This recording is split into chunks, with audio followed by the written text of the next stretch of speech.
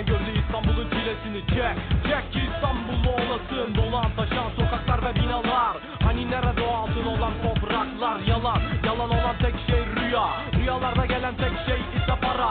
İstanbul'un eşsiz boğazında ne kadar gizemli esrarengiz bir hava. Güneşin batışından ta ki doğuşuna. İster Asya ister Avrupa'da dolaş. Burası bizim işte Türk toprakları. Bak da gör atalarının miraslarını. Ne kadar acımasız olsa da bu şehir. Senelerdir burada katlandık bu olanlara. İstanbul bizimdir, bizim kalacak. İstanbul'u dinliyorum gözlerim kapalı. Majesteleri ve ekselansları. Nefret İstanbul'un şahsı keresi kralı. İstanbul bizimdir, bizim kalacak.